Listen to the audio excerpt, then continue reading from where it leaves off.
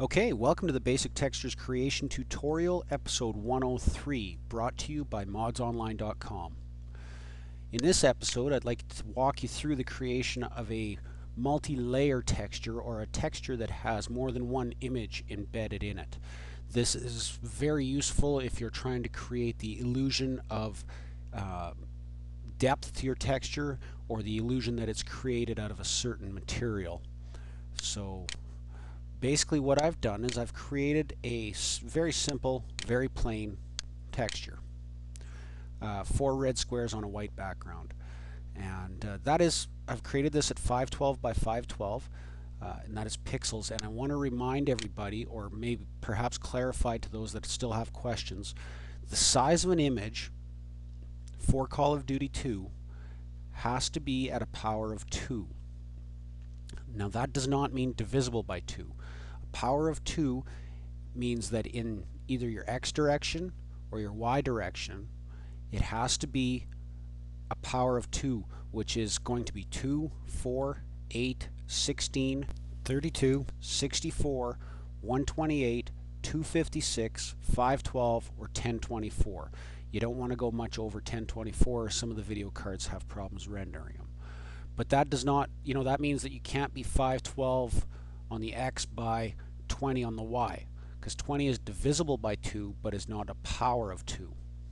Okay, so now what we've done is I've got my basic image, and I'm going to save that as a DDS file. Now I have the NVIDIA plugin in Adobe Photoshop, which allows me to export it as a DDS right from the program. You can actually download external converters for creating your DDS textures, and that allows you to create it outside of any image application. I know GIMP has plugins that allow you to create it in the GIMP. You can export it as a DDS, but there's also standalones, like the ATI has the compressinator, and NVIDIA may have a standalone as well. But if you just Google for DDS compressor, you'll end up with lots of results. So I'm saving this as a DDS texture into my main images folder in Call of Duty, in Call of Duty 2. I'm saving it as a DXT5, which is a step up. In the older versions of Call of Duty, we saved everything as a DXT3. This is what I'm saving as a DXT5. I'm generating bitmaps for all, which basically takes this size image 512 all the way down to 1 pixel by 1 pixel, which is pointless to go that far, but it allows you to as well. So DXT5, generating bitmaps, and we're just going to save that image. Now I want to give this image the impression that is on something, or that it's got depth. This material has got depth. So what I'm going to do is I'm going to open up an image that I created for this, and it's just noise. And what this is going to do is this is going to give me the impression that this texture is on a material that has this type of surface, which I'll zoom in for you here. It's going to look rough, bubbly, perhaps like it's a brick or something along those lines. So what I'm going to do is I'm going to save that one as a DDS texture as well. I'll have to go into my computer, program files, Activision, Call of Duty 2, main, images, and I'm going to save it as a DDS texture. And again, DXT5 format, generating my bitmaps, and away I go. That is all we need to do in the editor. So I'm going to close my photo editor. I'm going to open up the Asset Manager, and I'm going to create a new material. And this one we're going to call, I'm actually going to create 2 here for you so you can see the difference. This one I'm going to call Squares Plane, and this one is going to be just the image. Okay, so my material type is going to be a world fong, sort default, Surface type, I'm going to make this a concrete. That is how it's going to react to the environment around it. This is the environment, it's going to be a concrete. Now you'll also notice my name is in here, and I'd like to thank OCG Glitch for posting a tutorial on how to get a locale that is in your region. It allows you to create a locale for all of the assets that you create, and it's handy. Like everything that I create is going to be under the StrYdeR locale. So if you want, go to the modsonline.com website, look in the Call of Duty 2 tutorials, and again, OCG Glitch has posted the how and the why on how to do that. And it does make it very easy to find, as you'll see here coming right up. The color map is actually going to be our image, which is, in this instance, the red squares. Okay, it's just plain, very simple, tiles in both directions, which is fine. Okay, we're going to save. We're going to save our game data file, and we're going to call this squares. You can call your game data file whatever you want. Usually I have one game data file for all my images that I create.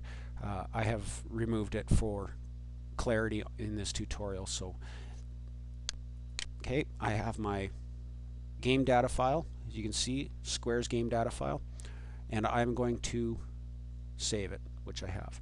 Now I'm going to create another new entry, and this one is going to be called squares textured.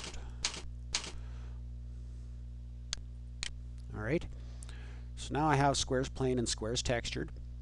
This textured one is again going to be a concrete. It's going to be an exterior wall. I think I missed that one on the last one. Let's just double check here. Squares plain, yes. So with my squares plain, I have to go back and I have to actually create an exterior wall. Okay, squares textured. My color map is going to stay the same. That is my red squares. My detail map is what is going to give me my appearance of depth, or the appearance of a material type. And that I'm going to make as my noise.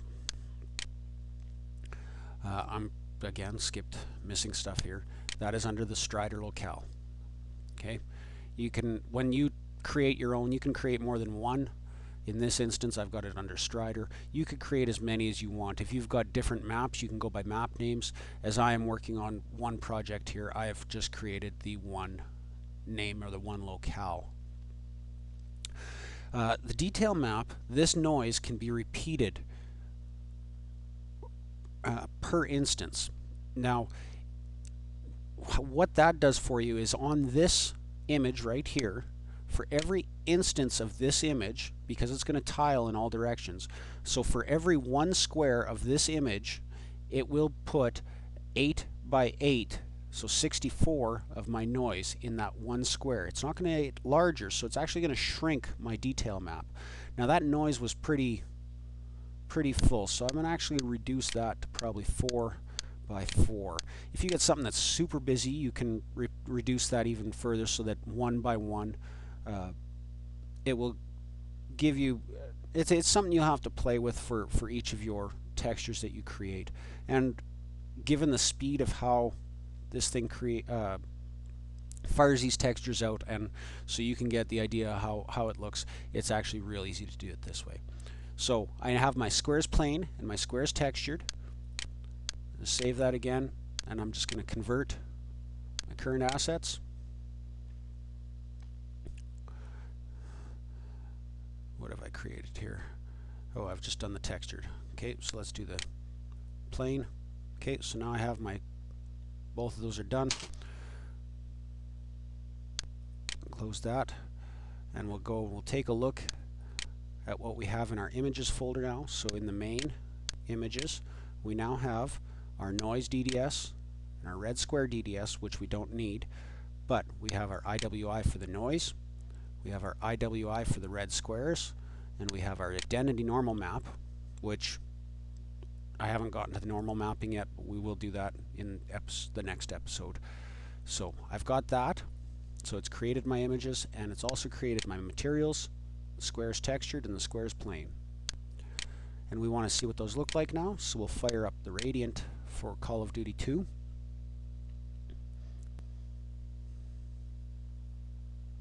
Okay, so what we're going to do is we're going to just draw out a couple brushes so that we can view our texture, or our textures that we've created in the editor. And one of the beauty things of having a DirectX 9 powered engine as well as editor is that it allows you to view in the editor what it's going to look like in the game.